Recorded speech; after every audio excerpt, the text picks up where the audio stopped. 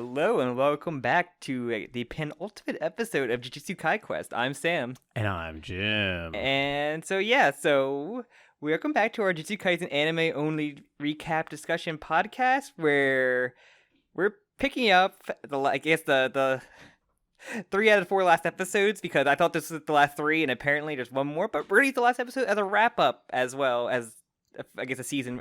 Yeah, in finale. a week or so, I guess we'll meet and talk about that For the New Year's. Hello, Future Jim here. We actually decided halfway through this episode that we wanted to actually finish the season out before we put this one out. So we do talk about the last 4 episodes in total, but we spend the first half of the discussion only talking about the last 3. Sam and I just watched the final episode, so we're going to add that into the end and talk about kind of our general thoughts about the season so far. And so, we watched episodes 44, 5, and 6, or, I think it's 20, 21, and 22, which is like the first episode, which is Right and Wrong Part 3, and then Metamorphosis Part 1 and 2 we watched. Yeah. And overall, really awesome episodes. This is crazy. This shit's insane. This arc is insane. I always heard hype around it, and now I kind of see why, with how much crazy crap just happens. Yeah, just looking back to how much shit has happened, it's kind of insane where we are now. Like almost every character is like in this arc that you introduced. It's kind of insane. Like almost, and at the end of this episode, the last episode, literally the other chick too has been in this arc. Like the woman that may have set off normal Ghetto off on his path. She's coming back to clean up her mess. Or just like get her answer. Oh wait, I think I got my answer because this is not really you. But we got some revelations, some interesting things in there. I'm disappointed that it's not over. I was really going into this thinking, we're gonna get the conclusion, and we didn't. There's one more. I heard it was 22 episodes, and then there was one more, apparently 23. But I think it's better to kind of use it as a finale overview of this entire season because we kind of got 2 completely different things that happen in this season, which we would probably want to talk about. So, all right, I think it's time to address last time. So we were saying, LOL, Nobara is not dead. There's no way Nobara is dead. She's just hurt. It does really seem like the fiction wants us to think that Nobara is like in critical condition. She literally got put like in cryo essentially. But yeah, they said she wasn't breathing. And she didn't have a pulse. But I kind of stopped all the wounds there. So when I get her out, I'm guessing I can unpause it so we can try to resuscitate her. But like, what does that mean? Like, Nobara must. If she has no pulse, she's not breathing. She's dead. Like, I think Nobara is dead. She's not dead. I am afraid to look at all the comments, but there were some comments that were going like LOL at our reaction, saying that she's not dead. If she didn't, only her eye exploded, I feel, compared to every other character Mohit, Nanami got literally blown up in half. Like, if she only lost an eye explosion, that's like the sign of, oh yeah, they can survive. That's like the injury. But it looks like it's deeper than just her eye. It looks like parts of her brain are also broken. I don't know. She might have a minor amount of brain damage. We'll take a look at her characters later. that come back from dumber things in various other media. So, but yeah, we kind of start with this is like a Jujutsu scroll from season 1, just like redone of like a funny thing that happened to them of messing up Gojo's like 250,000 yen shirt. Just funny little thing in there. Okay, so I'm reading some of the comments. I don't know if I want to actually say these out loud because I feel like these are spoilers. Someone said I don't feel like this is a spoiler, but I'll wait until the end, but okay, yeah, so, okay, sorry, where were we? You don't want to read any of the other comments you want to read? There were some other, I just don't want to read any of them, just because I don't want to potentially spoil you to anything, because, Yeah, so yeah, it's basically Yuji's in, it's very, I guess, to categorize it, that Gon's depression scenes where he's just sitting there blank face, kind of just dead on the inside. At the absolute lowest possible you could possibly be. getting the absolute shit beat out of him even more, coughing up so much blood. Even getting that part when he's spewing gallons of blood out of his mouth. Characters have lost so much blood in this where losing a limb or getting a cut is not nearly as much as blood just leaking out of your mouth. But what's it called? Mojito black flashes him, which is kind of crazy. Yeah, so this is in one of those things that I was like, what? And it actually becomes incredibly important for his character, from Mohito's character. So yeah, Mojito does a Black Flash. Yes. And he's about to go finish Yuji off, and we hear the clap, and we get our boy. Swaps him out. So I was kind of confused as to what happened. So I think He switches places with Mojito. So yeah, I think that's what happened. Something that was tripping me up initially was one of the one rule that we have for Boogie Woogie is that you need to be able to swap only. You can't just swap anything with anything. It needs to have something Curse energy. Yeah, with sufficient curse energy. And they start swapping with like rocks and shit. So what they later show is that they are imbuing these rocks with curse energy and then using that as a way, kind of like what's like the old like trope of like the ninja that swaps with like a log, like that's like substitution jutsu. Yeah, that's like the old like thing. There's another thing. I remember there's a character that could like in Naruto that could had like a thing around a kunai that he could swap places or swap to it. Like it was like a teleportation kind of kunai as well. So like I see stuff like that. Like it does make sense, but it takes a little bit of like because they show it off visually good though. In the Hinami fight when they fought the tree guy, the cool reveal was when they swabbed Yuji out with like the curse weapon, and like the idea is that this is like a significant amount of energy here, so you would only be able to swap out a person with like a weapon like this, but like no, I guess we can just put like a teeny bit of curse energy in a rock and throw it. I mean, it makes sense though. It does make sense, but I think it kind of weakens like the shock of it, and I guess now that Boogie Woogie's gone, it's like okay, well this is like the big finale. So they got the fun Boogie Woogie fight scene out of the way. Yeah, unless it comes back in some way, which it probably will. He gets a new arm, or maybe not. I don't know. I'm really fundamentally questioning my understanding of shonen tropes with some of the shit that's happening in the series.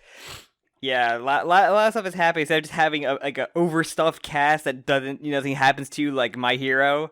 This is just like, yeah, we're doing all of them, and a lot of them are gonna get messed up or retired or, like they're just no one's gonna recover fine from this in this actual arc, which is cool. And it is. It makes it feel like because that was our biggest complaint about season 1. It's like nothing is changing. Like.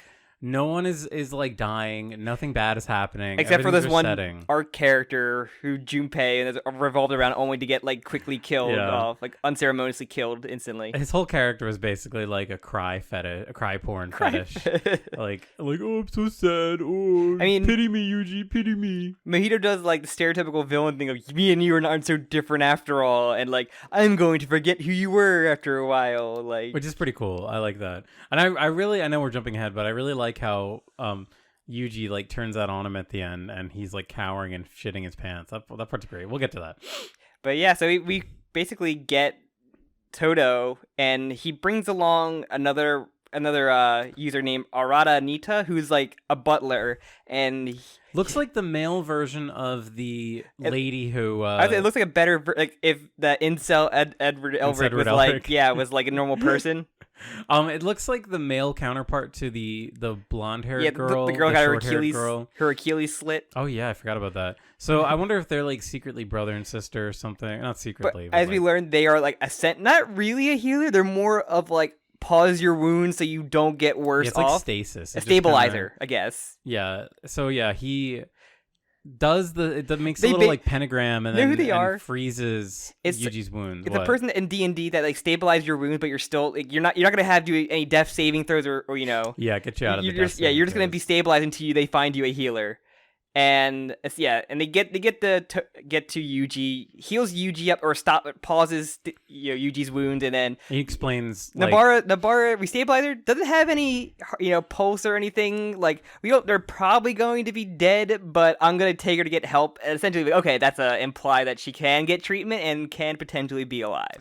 Yeah, so he does say she's probably dead. I believe the word he says, she's probably dead, but they probably took her to get treatment, and in the manga, it just like hasn't gotten to her coming back triumphantly. She's just like still getting treatment, or just no acknowledgement towards it. Treatment.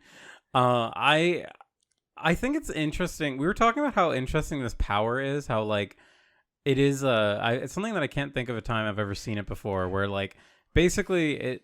Like he explains it to Yuji, like this will stop your current wounds from getting worse, but any new wounds will not be affected by it. We were so used to healers being like the end-all excuse to like get a character can get messed up however they want. They just immediately swoop in and like, oh, your whole arm comes back or whatever. Like because Hunter x Hunter doesn't really have a healer. I don't. No, well, we see like at the end of Greed Island, even though remember Gon's arm gets blown off, like he gets it back for free because they had a card that was like That, insta heal. at least that was like, yeah. But I mean, I'm trying to think like DBZ has like, anybody's gonna lose Zenzi limbs, Bean. it's gonna be Piccolo growing it back, but like it's gonna die and we can wish him back or whatever. Yeah, or you just eat a sensu Or, bean. Naruto had healing chakra and like they could just at one point by the end regrow limbs. It's weird too because like JJK kind of also has that with like the reverse There curse technique thing. Yeah, and they said they had to get people back to the nurse, but she's not always there on site to like. They had to. Okay, we have to get them back to her. That's the issue because we're not gonna bring her into the freaking war zone. I'm predicting that like some of our characters later on will start to be able to do that reverse curse thing just at will. Like someone like Yuji's probably going to be able to do that later. It's just to make yourself a shell. Or just like heal up your body. Like heal, because the reverse curse technique was like a healing. It's kind of heal or like kind of like an adrenaline rush where you're just kind of like. Well, we see what's his face, the the white-haired boy, like literally like reconstructs his hand. Like it felt more like that shit. Like curses can just do it because they could just like do whatever they want when it comes. Someone to said that like I can't remember what character, Panda or someone was like, that's reverse curse technology, reverse curse technique. But yeah, we get a awesome fight essentially. We get Toto gives him like his bro a great speech to like get him back in the fight. And it's really good. It's really cool to see Toto like go one-on-one with him at first, and like Toto is so fucking epic and strong and good, and I don't have a problem with that at all. Like normally when there's a character like Toto in something, either I'm just like, all right, like he's the epic and strongest. But Toto being epic and strong enough to hold off Mojito for a bit is so sick. While his speech like hits him in the head, like you gotta fight. Everybody like left this to you to keep going on. Like do not let them your sacrifice being in vain. And then the cool thing, either you don't see him just get into the fight. He just like trusts his brother, does the clap, and then Yuji's right there with charging a punch. Oh, it's great. So great. It's like an epic anime punch, as Jim would say. It's so funny because like it can have it both ways. By like these characters clearly are not like brothers, like unless actually maybe they fucking are. We'll get there. We'll get to that. But like it's able to have its cake and eat it too by giving them the bond where like they can like mentally understand each other. What's the word? Psychically understand each other. I think so good. I got upset in the first season where like Yuji after like the entire arc with Toto, he'd like, oh, you're not my bro. We never liked each other. I'm like, dude, just accept him. He's great. Like, and like this time he like right away accepted him as like, Okay, it's very funny because like when we'll talk about let's just table all the brother stuff for later. Yeah, because that's gonna be a whole thing. But yeah, what a reveal. And then we kind of get a fun boogie woogie fight, and it's awesome. It's just fucking awesome. It's cool. One thing that I love too is I wanted to say this earlier. Toto's use of his power is so much. It reminds me so much of how JoJo fights work, where it's really about like knowing, like using your knowledge of your ability better than like your opponent using the knowledge of their ability. We're kind of getting that in like especially using your weird power in a CQC fight. Like we're getting that with like Paco right now in part 9, where like he's using his weird power to actually CQC better, and it's great. And I love that with Boogie Woogie, where like. Not only swapping with the guy, because Mojito's like a bad fighting game matchup with them, where like he can just like he has to get touch him, he has to like do direct attacks where he can just like swap places and just like misdirect him. It's great. Yeah, and it's cool because like the whole idea of like the overthinking, like there's a few times where he swaps in a way like Mojito thinks he has the upper hand because he thinks he knows what's gonna happen, but then what's his face? Toto will just decide to do a different like it creates this element of uncertainty which makes the fight so fun. Yeah. And I said we get some like just super rad fights, like sufficing going to like the Metamorphosis episode, which is kind of weird. It's like go from a part 3 to a part 1 episode, but this just like connects to it perfectly fine. And it's like just some awesome like chase scenes, like through the train station. It's like just a cool like scene where he goes through like this flesh train, and like that part is so fucking cool. Like I just can't believe how they keep just busting out like whole new insane set pieces. And it's not like a normal fight where like they stop and have to think for like 5-10 minutes and then like thinking about the technique, where like even when they do that, like the fight is happening in time where like they're still like dodging and like reacting to everything, and there's like they're like linked up, they are synced, like doing their stuff. This is like perfect fucking shonen and battle anime. Like doesn't get better than this. Like scenes like that where we're not slowing things down for no reason. Everything is so fucking exciting and kinetic. He's running away, like turning people into swords and like blades and throwing them at him. It's brutal how much like. It's so creepy too. Like when he turns like a woman into like a dagger, and like you see her mouth is still like there for a bit, and it's like screaming as she's being like morphed into this. It's so cool. And yeah, and they're just like he's like he does like techniques like he makes like he puts a bunch of souls into one creature, so they're super powerful, but they're burned up really quick, so they're like glass cannons to like hold off Todo. And Todo just makes short work of them after he figures it out. But yeah, he keeps doing this thing too, where he basically does like an area of effect blowout thing, where he makes a bunch of like snake heads. Yeah, and that's how they actually get launched up back to Shibuya. Yeah, and Yuji even throws a 109 sign at him, even though like I'm pretty sure they scaled it down for him to just eat this entire huge. That part was very funny. I love Yuji just having like supernatural strength. It's so fucking funny. Todo just gets like pinballed into a building and everything.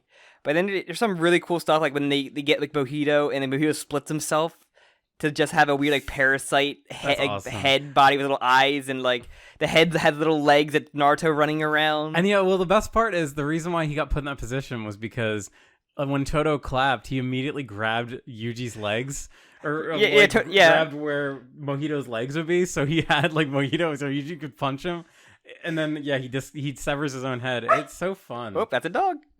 Hella needs to go out. Free the dog. We're talking about the fight more. But yeah, I love that he just runs around. It's like a little head guy, and it's kind of cool too because it like gives us a different Mojito. Like there's a Mojito that has like no cloak on. He doesn't have his like clothes. He has the weird legs that we saw like in the first kind of big fight he had. And the cool thing about this is like Toto's like, oh, he's splitting his power up in the body. I have to figure out which part is there more power in. And like it's just very fun way. And then Toto does kind of get messed up in there. Like he loses like at one point by the end he loses his arm. Okay, yeah, well we're jumping ahead a little bit. So yeah, Todo is epic and great. We love Todo. He's fucking epic. But he doesn't. He's one thing that's cool. They do give him like he beats the other glass cannon easily. Like, he just beats three. The first one he figures out. The other two that appear, he just like instantly just kills. Yeah, and I also their designs are sick. Like I just love the random little curse designs that they throw in sometimes. They look really good. Some of them were like, yeah, they're crazy. I love the visuals and everything, and like them running through the train was like visually like awesome. Yeah. So they actually, I think all this takes place in the like crater that Sukuna created. So this is where what's his face? So yeah, this is like the crazy, like we're talking about how Mojito is. He's kind of doing that thing where he's like developing. He's getting like the shonen character like power up thing, but he's the villain. The villain's getting their shonen arc, which is really cool. Like I love seeing that. Like a Pesci in part 5. Yeah, like Pesci. Honestly, I keep thinking of Hunter x Hunter, but like it's kind of like how Meruem has like, except he doesn't like power up. It's more about him like gaining humanity. Yeah, the different way. Where that final battle was even like solved by our main character in Hunter x Hunter. Which is like why like one of my favorite arcs. But yeah, a lot of fight happened. I think this episode also cuts to Miwa in the train. Okay, yeah. She's getting like the last message from Mekamaru, and I was blown away with the scene because it's shot. It's like shot so beautifully, like the lighting, like her alone in the train, and like it looks even like great. the hair and the light. It just looks so good, and it's like she gets like basically like a goodbye to him. It's like the most emotionally wrecking scene. Like yeah, so we basically learned that he knew that if Mekamaru if he said any of them, yeah, if he allowed any of them to go, they would have died. But Todo has a 99% chance of not dying, and helping more, and like, and she's like, man, he tells about like, oh, I liked this girl I liked, couldn't tell her. I couldn't basically tell her my feelings and everything, and they have that cute little scene where like the camera pans to she's breaking down in the train because he does like his last message. We see the camera pan to the window and we see his reflection through the window, his like actual human that we saw glass bones and paper skin.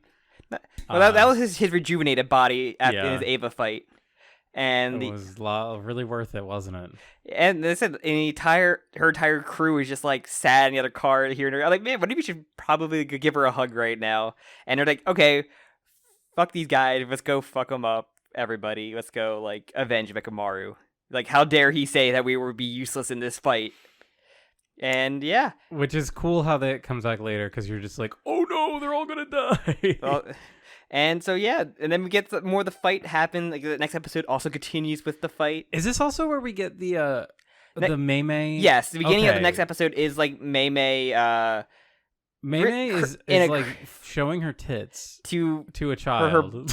her brother or some shit. So yeah, they're in Malaysia. Yes. They're in Malaysia and they seemingly have I mean, Malaysia is not like very very far from Japan, but like you can't just like take a They're at least boat and get there in like an hour. yeah, they got there. They were still fighting. Like, last time we saw them, they were like, about to fight Ghetto. Yeah, so Pseudo they Ghetto. seem to have gotten there like very quick They somehow. and There they must have been some mentioned- kind of technique. Or Yeah, they something. mentioned using what's it, Ue, Ue's technique or whatever, which I guess is just like a fast travel technique. Maybe because like I thought his whole thing was that You he, teleport like, without your clothes or something. Maybe that's why, that's why they're.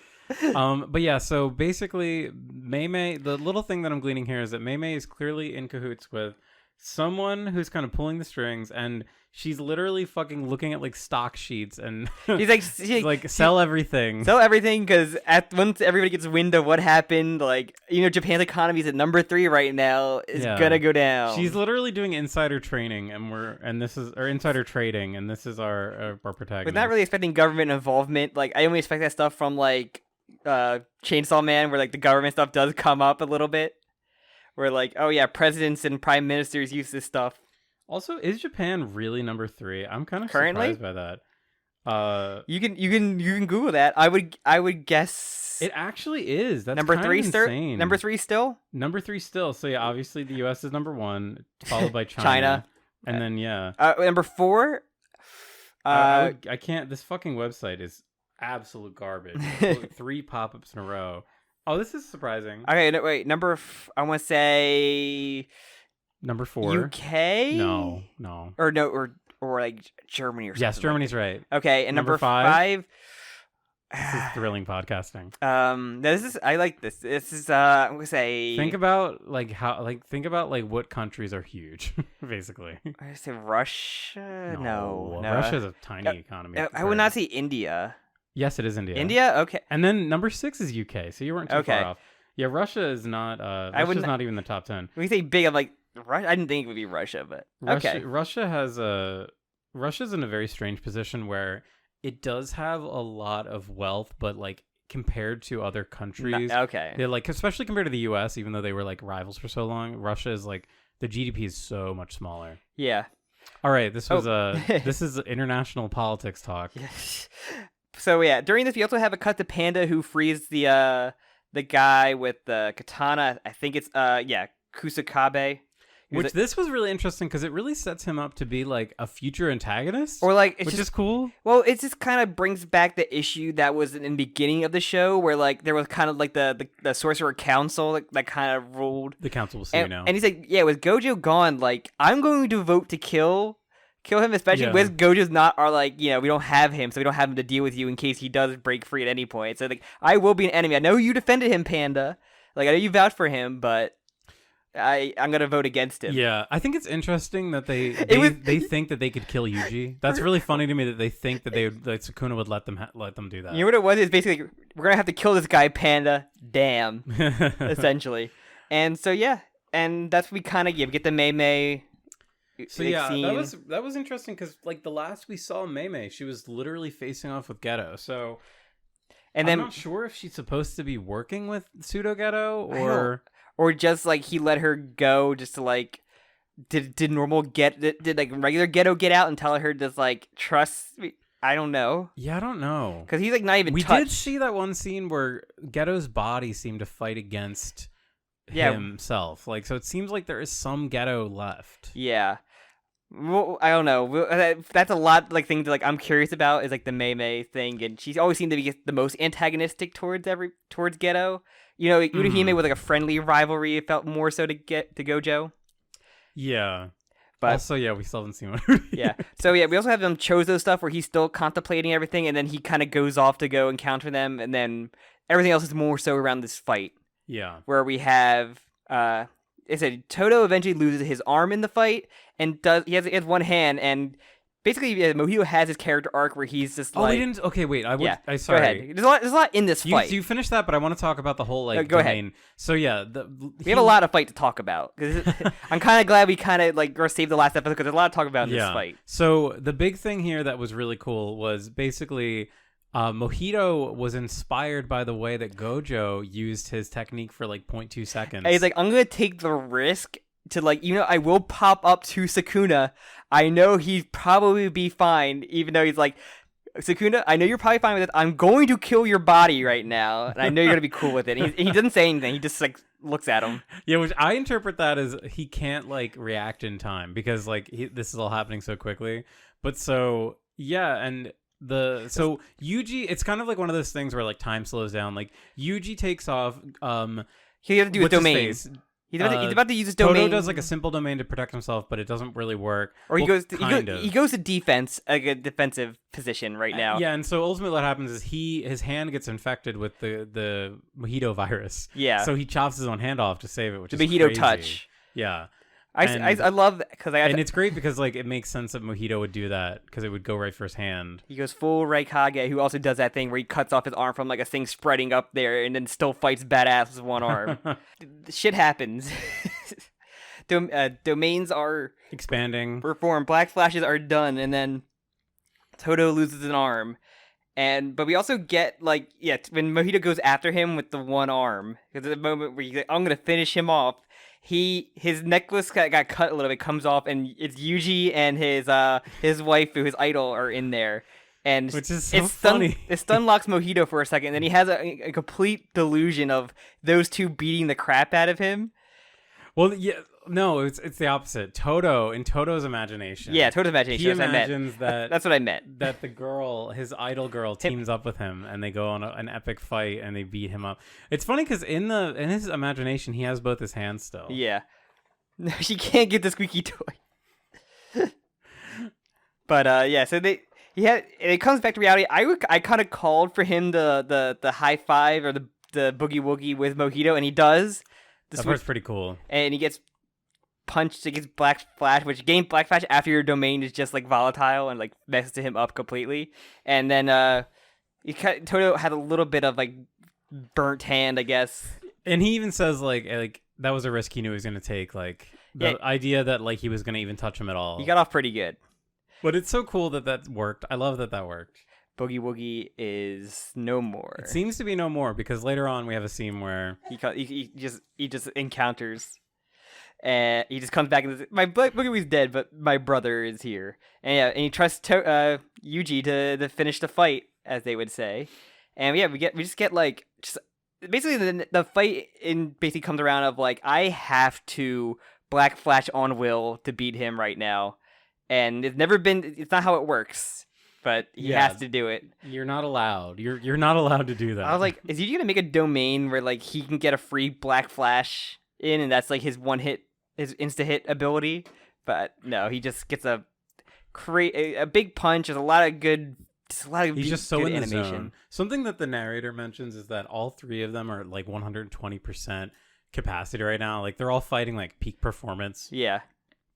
And yeah, so basically he wins, and because Mojito's out of souls inside of his stomach as well, and he crawling away, and so we see Geto. I think that's when the episode before ends. And well, no, there is an Geto. incredible sequence. This is like insane. Yeah, where they sort of, it's like a big metaphor about like, and it just shows like the serial killer moment where he's just like walking while he's running away, following him while he's throwing like and it transitions into like this snowy kind of forest setting, and this idea of Mojito is now like a rabbit that has like a broken leg that's trying to escape like a wolf. Like it's such a wolf with a scar that has the same cut that Yuji has. It's such a great like way to show that Yuji is like fundamentally changed as a character, where he's always been this good-hearted good boy. Now he is like really like a killer. Like he's almost like a wild animal. His line where he just like If you are reborn, I will kill you. If you change your name and appearance, I will find you and kill you. He literally like the Taken. It's like he is. This is like literally like the best. Like at the most, I liked his character now. Just him changing like this. Like, it's good. I mean, a lot of shonen characters don't like become like that. Yeah. I don't know why I keep doing this, but it's funny. I kept comparing season 1 to Chainsaw Man. But I make so many comparisons to Hunter x Hunter this season. Like, Yuji is kind of going through what like a late Gon goes through, where he begins to lose like the child and like those kind of chipper happy elements to become like jaded and like brutal, corrupted by like the loss and like evil of like the Chimera ants, essentially. Yeah, and like this specifically with Mojito, it's like intentionally trying to cause as much damage as possible with like everything that he does. He's like, I don't even keep count of the people I killed, man. Like, humans are nothing. I keep killing them because it's fun. Yeah, he just like basically becomes like the serial killer to curses. It's great. And like I said, he tries to run away. Like, he throws like a rock at him, and he just like keeps his eyes on him. This scene is incredible. I fucking love this. And the part where he puts a rock in the snowball is also really funny. Like, that's such a little funny detail. But yeah, I'm like sitting here like rooting for Yuji. Like, I want Yuji to fucking kill him. Like, Yuji W. I was kind of upset because we said when he crawls away and finds Ghetto and everything that's right there, and we're like, damn. I'm like, he can't live again. He can't keep getting away with this. And then I guess he is just dead now, just a tool now for Ghetto. At point. What Ghetto says, well, pseudo Ghetto, he says, "Do you want me to save you, Mojito?" Which we know is not true. He's actually just gonna consume him. Yeah, I'm just like, damn. I still want it. Like, he deserved to be killed by like our crew. Yeah, it is kind of a way of like, what's the term? We're like removing that from Yuji, like. To have Yuji like complete this arc of being like a monster and killing him like for the sake of killing him, it's kind of good to like take that away. It's a convenient way of taking that away from Yuji so that he can be a good boy in the future still. Yeah. You gonna be okay? You okay, Hala? Do we need to take a break or anything? No, it's already foobar enough. Do we have anything else? Okay, no, yeah, we do. Yeah, we need to talk about the Ghetto fight because it's well, we didn't even talk about his fucking power up. We didn't talk about Mojito's power up at all. Yeah, he gets like a kind of like an exo armor. Like, it's harder than Chozo's blood skin essentially. Yeah, like Yuji's not even able to hurt him. And he has like blades everywhere. So it's very interesting. He's basically powering up like through the same kind of like soul energy resonance that like a Black Flash use, which is weird to think that like curses can also use Black Flash, but it does make sense. It's a curse energy related thing, and they have curse energy, so. And then this is when we learn that what happens is, I believe Yuji using a Black Flash is what makes all of the armor sort of crumble. Like, it just kind of all like goes away, and that's when he's able to it's like finishing blow. It's like he has to like move it out so he doesn't. He has to like basically turn it off to move it to his spot and to like, you know, protect himself from a Black Flash, but he still like gets messed up. Yeah, it doesn't work out for him. It's good. It is a weird form though. It's very strange. I mean, we've seen him like transform a lot. It's very similar to like what was it, Hanami, the woods person looked similar. Kinda. I was getting really big like Toriyama, like Dragon Ball transformation vibes. That and like some of the later Toriyama designs. Like some of the like also the Chainsaw Man, like the devil, like the teeth showing and everything like that. No eyes, yeah. Like one of those kind of looks to it. It's cool. I like that it's not around for too long because I think it's a little silly. I think Mojito's design is actually really good. I've really come around to Mojito. I used to hate that bitch. I like that guy now. He's pretty cool. But he ain't no Ghetto. No, he ain't no pseudo Ghetto. He no Ghetto, he ain't no Toji. He ain't no Toto. Toji. Toji. All right. So yeah, Ghetto consumes him. Ghetto arrives, consumes him, vores him like a jawbreaker from Ed, Edd and Eddy.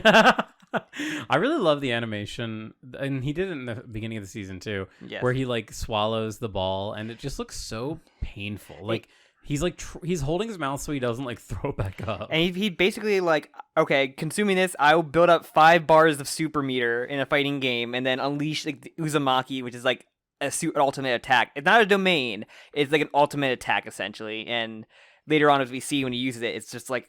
It's very similar to his domain activation where all the hands are coming out there and like Yeah, you just... But it's almost like this like explosive, uncontrolled version where Mojito's domain was always really cool, like sort of like mandala. It's like an explosion of like the hands. curse that he consumed, essentially. Mm-hmm. Also, I do want to say, and I'm sure this was a reference, but the way that, because I don't know if you noticed in the background, Mojito's body is all like spiraled and like spiraled in on itself in like a painful way, and to me that just looked exactly like that one panel from Uzumaki.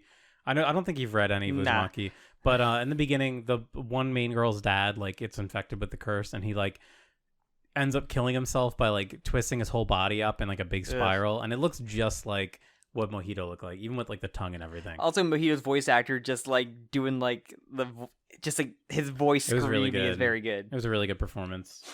But yeah, then the ghetto fight happens, but Chozo arrives, his bro. So he wants to defend his bro. We kind of get he can feel. He learned that he can like feel his brothers, like any kind of emotions that the brothers go through. He can feel remotely. So that's why he felt like when his two brothers died, like he felt that while playing the game of life. Haha, really funny. The curses are playing life. These things that don't. I just realized that. It's very fun. It's so funny that they're playing life though. I like, oh look, Monopoly Money. Like, oh no, it was actually life because I saw the spinner. Yeah. And it's very interesting because we kind of get the reveal that so Ghetto, or the pseudo Ghetto, this whoever's in the brain, the curse. Do you remember the name? I'm not sure if I have the name, but he basically like at least 150 years old because he was like the evil sorcerer, the worst sorcerer from the family that the blood dude's in. Kamo. So his name is Noritoshi Kamo. That's the blood dude. But yeah, he comes from that family. And he was related to he was at one point was that dark sorcerer, the worst sorcerer that was probably kicked out of there. Yeah. And he somehow turned his brain into a brain that can go inside Ghetto's head. Yeah, he had like a tool. At some point, he figured that out. But and so seemingly, because like his reaction was like, "Oh well, I've had many names. Call me what you like." Yeah, so, Noritoshi Kamo. So this guy probably could have been around even longer, and we don't know, like how long he's even been alive. But he basically did, as we learned, like he was the guy who did the research for the cursed womb, like the death paintings and everything. Mm-hmm. So this is the crazy reveal here. So this thing that was happening to them, where like so Toto experiences this, and then what's his name? Chozo? Yes. Chozo experiences this feeling of Yuji is like my literal brother. Like he's some way he's related to him. Like, and as to a the brother. point where like with Toto it was like it felt like a weird metaphor or something. But with Chozo he's like, no, like I have like a feeling. Like you are like I can like physically feel that your blood is related to my blood. So maybe like a body in between was like somebody from Yuji's family, or like or was his dad became someone and had sex with Yuji's mom and became Yuji's dad. Yeah, because like also by being his dad. Also, like Chozo's like I had a human mother. I had a curse that was my dad, and then I had the dark source, the dark sorcerer. Like you were in his body. I do like you see him with like the cut on his brain. Like, oh crap, man. So there's gonna be some more family reveals, and Chozo's kind of like joined on their side, and he had like awesome fight with Ghetto, and it's like I love his blood powers. Like he just spams like the laser beam. It is really cool, but it also makes me wonder, does that mean that Toto is actually a biological brother or biologically related to Yuji? I think that's what we're supposed to imply here. And that there is sort of a kind of like how you can sense a stand user, like you can sense like your family member. Maybe, but I also just think Toto is just on another level of delusions. If it had only just been that, I would say yes, but the fact that it happened twice makes me think that there's probably, I bet that Toto is like an actual relative of Yuji. But also before we kind of get, they made such a big deal about like the blonde guy being like, they don't look alike at all.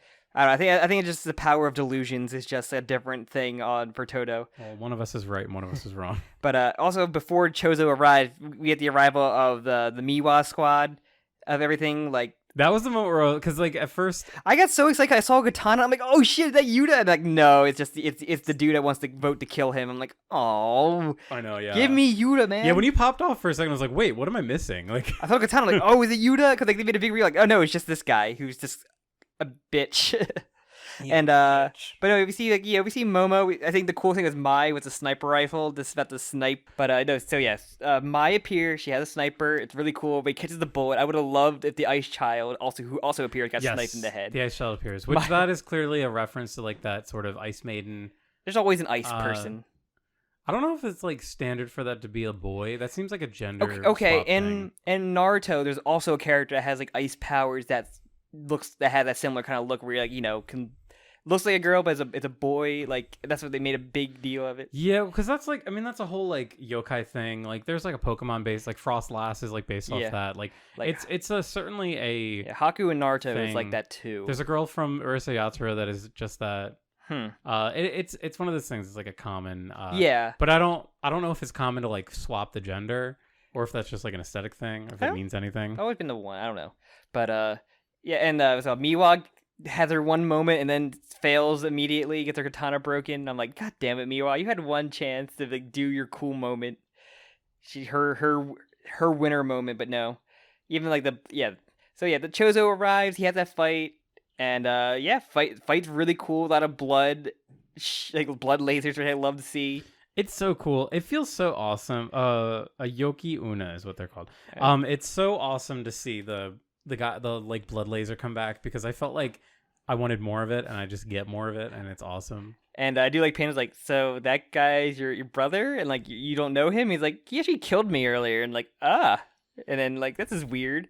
And they said he kind of loses because it gives us like that fight where like Geto is just like he's having an easy time. Like it's when it's like I'm the final boss. Look how easy this is. I'm like, damn it! I just want to get one hit in. Like don't make it. I hate that kind of trope of like, haha, I'm so strong. I am the strong. Yeah, you can't touch me. I'm like, just get one good hit so I can know at least have fun with the fight, other than dodging. But then they have their little moment where Chozo teased up and says, "Call me Oni-san." Yeah, he calls it Oni-chan. Oni. Oni-chan. I think it's Very Oni-chan. funny. But yeah, and then that's basically the end of the fight is when Toto's master arrives, the one from we only seen in like the flashback really, when that set Geto off on his path of becoming a cult leader. Yeah, and I have to say, if Yuki. it wasn't for that scene in the beginning of the season where they talk, then it would feel like a total non sequitur. It still kind of feels like a non sequitur that she shows up, but she seems like somebody I'm willing to like let things happen. I feel like she's somebody that's just observing for the most part more so than fighting. But she just right. Oh, also Urahime is just prepping something. She's charging her spirit bomb. We'll never learn what she does. She's just charging her spirit bomb. She does something, but we'll never learn. But yeah, and that's kind of the end. And really awesome 3 episodes. I love it. It's great. Yeah, I mean, arc is I was awesome. I was popping off. I was jumping ship. I was loving this shit. I think we watched the OP say who's dead, who's hurt, who's like. You're like dead. I was just like, man, out of everybody here, like Megumi got off pretty. He got hurt, yeah, but like he just had his guy he didn't know, even though he's his dad. He didn't know that, like, kill himself in front of him. So, and he's more confused than anything, but he's like compared to other 2 characters in this are like fine. Like we have to cut back to Maki, who's like might be slightly charred. Yeah, that feels like an epilogue thing. Yeah, like I thought we were getting an epilogue thing in this episode when it showed Chozo and like the little bunker thing the little place he's sitting at. Like it showed Panda, but no, that was just like we're ready for the final fight. It'd be cool if like Mai finds Maki like beat up like that, and she kind of like freaks out, kind of thing. Like you know she like hates her. Like you're like, oh fuck. It's like, I love my sister, even though she's look, my drunk relative who's like talks about frame rate. It's also burned. He's dead. He's alive, but he's just muttering more about frame rate in 8K now. That's all he does. Somehow he like predicts like the next level of technology. Yeah. Oh, you have to do a mention too, because like they mentioned Yuta. That's why I thought it was gonna be Yuta arriving, because he's like, oh yeah, you got like that day if you didn't split up like that, like you would have won. Like. They do reference it. I'm like, oh, maybe this is implying that Yuta's gonna show up here, and nah, damn it, I just want him to show up again. Maybe someday. Maybe someday with the African guy. Yeah, that dude. They're bros now. They love each other. They're just traveling bros. So yeah, that's great. This episode's awesome. The 3 episodes are awesome, and like I'm kind of glad we just talked about this because next episode we're just gonna talk about the finale and then kind of overview of the season. Yeah. All right. I'm actually gonna make an executive decision right now. So what we're gonna do, instead of release this episode and separate with the other one, we're just gonna keep this recording, and then we're just gonna release that second. I'm gonna add that second episode to this one. Okay. So I don't know if you wanna. You want to timestamp it or no, on not the video? But like we'll be jumping into a discussion on the final episode in a few minutes. So. Okay. So I guess we'll be right back. Yeah. And then we can end it here because I can just do the plugs on the second one then. Yep. All right. Well, yeah. We'll be right back, and it'll be like a week and change for us, but you'll get it right now, bitch. Okay. Bye. Bye.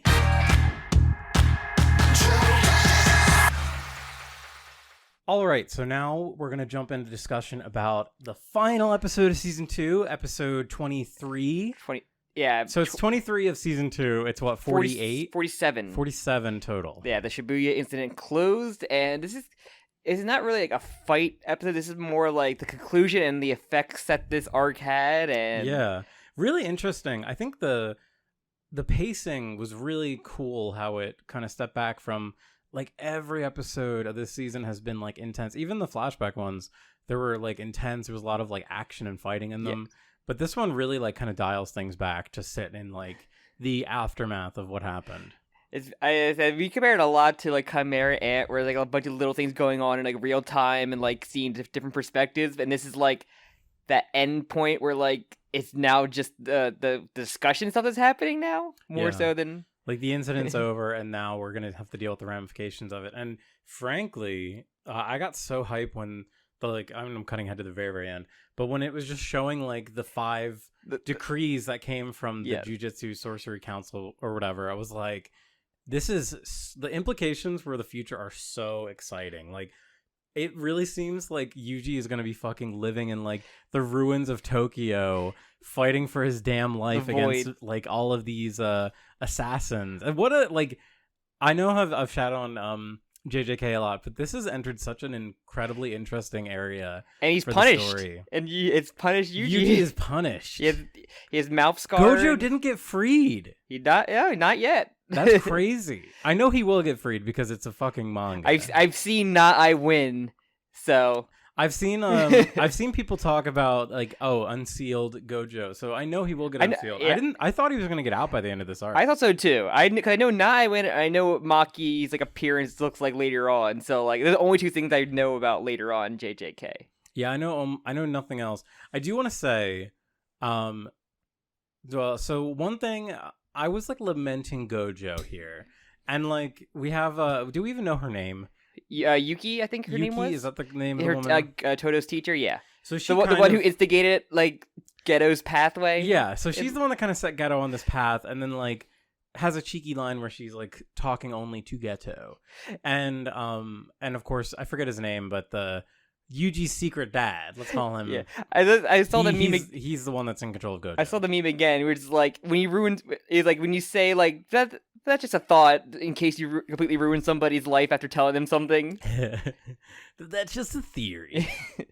Yeah, she's just existing to buy time, essentially, which she doesn't even succeed at. No. She literally fucking fails. Good thing she came in super fucking late. Like, what a loser character here. For being Toto's teacher, she is more like Yuji, just kind of being a knucklehead. Yeah, I that's something, like, I really did not like the comic relief in this episode. It was, like, grating to me. Because, like, this is an incredibly serious scene. Yuji just, like, fought for his fucking life against Mojito. Everybody did. Like, Yuji's transformation in the last episode, second to last, whatever you want to call it, where he was, like, chasing Mojito like he was a fucking wild wolf. Like, that was such a dark moment for him. And then we have this character come and she's just making, like whoa, like, fucking, like, fully cooly faces. I guess for her to be Toto's teacher, she has to be, a wacky, but, like, the fact that she also just instigated, like, 90% of the problems they are facing in this world. Because, like, there's a time wacky characters can be wacky and, like, they can be serious. Like, they don't need to always be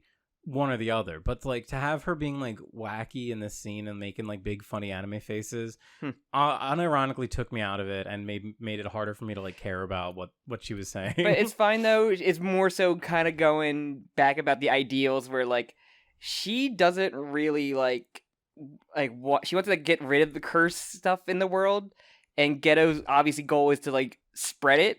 He wants everywhere. to optimize it. Optimize it.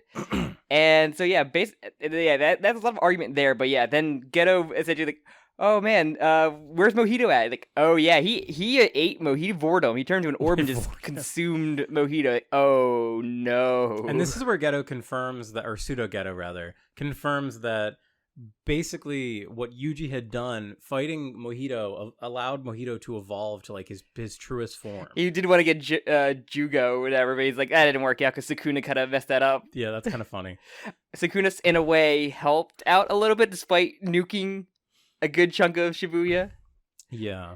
But also just a thing of just like Ghetto kind of remembering the conversation they had, and she's like, I told the Ghetto about that, not the brain. The brain. Not the little curse What's his brain. name? Akito or something? It's Pseudo Ghetto. It's Pseudo Ghetto, yeah. But no, we have to know his name for when we start getting flashbacks. We're gonna start getting flashbacks. When he has flashbacks for somebody else's brain. I do like in a point, he's like, oh yeah, all the contracts or pacts I made in other bodies were voided once I jumped to a new body. I'm like, that's a fun thing that you can't just have all his contracts just like a way to beat that system. That is interesting. It makes you really wonder like the mechanics of his body swap thing. Like how much he has to commit to it. Because like he really has could to he choose. Potentially just like jump out and go into someone right now, or is there like a ritual? I'm assuming it's some kind of ritual where he has like henchmen to help, because before that he was like that one kicked out sorcerer. Yeah. He's like the evil big bad. He's like so bad that like he's like secretly evil. The blood guy's like father, Chozo, and the blind guy's like relative. Yeah, so it is. I don't know if it's Chozo's father. It might be, but it's an ancestor. He is also, I'm guessing, Yuji's father. I don't think he's Yuji's father. I think he might be maybe Yuji's father or grandfather. How else they couldn't be brothers. I think it's I want to say grandfather because I feel like. But then they wouldn't be brothers. They need to have the same father to be brothers. I get maybe because I feel like his body. He probably swapped by because his body was getting old. So like you think, oh, hey, old men can still shoot fertile sperm. Or like I got this body because it's gonna do like emotional damage to Gojo if I face him. That does kind of seem like his call there. But also I want to know, how did that happen to Ghetto? Because like Ghetto was surrounding himself with extremely powerful people and also is very powerful himself.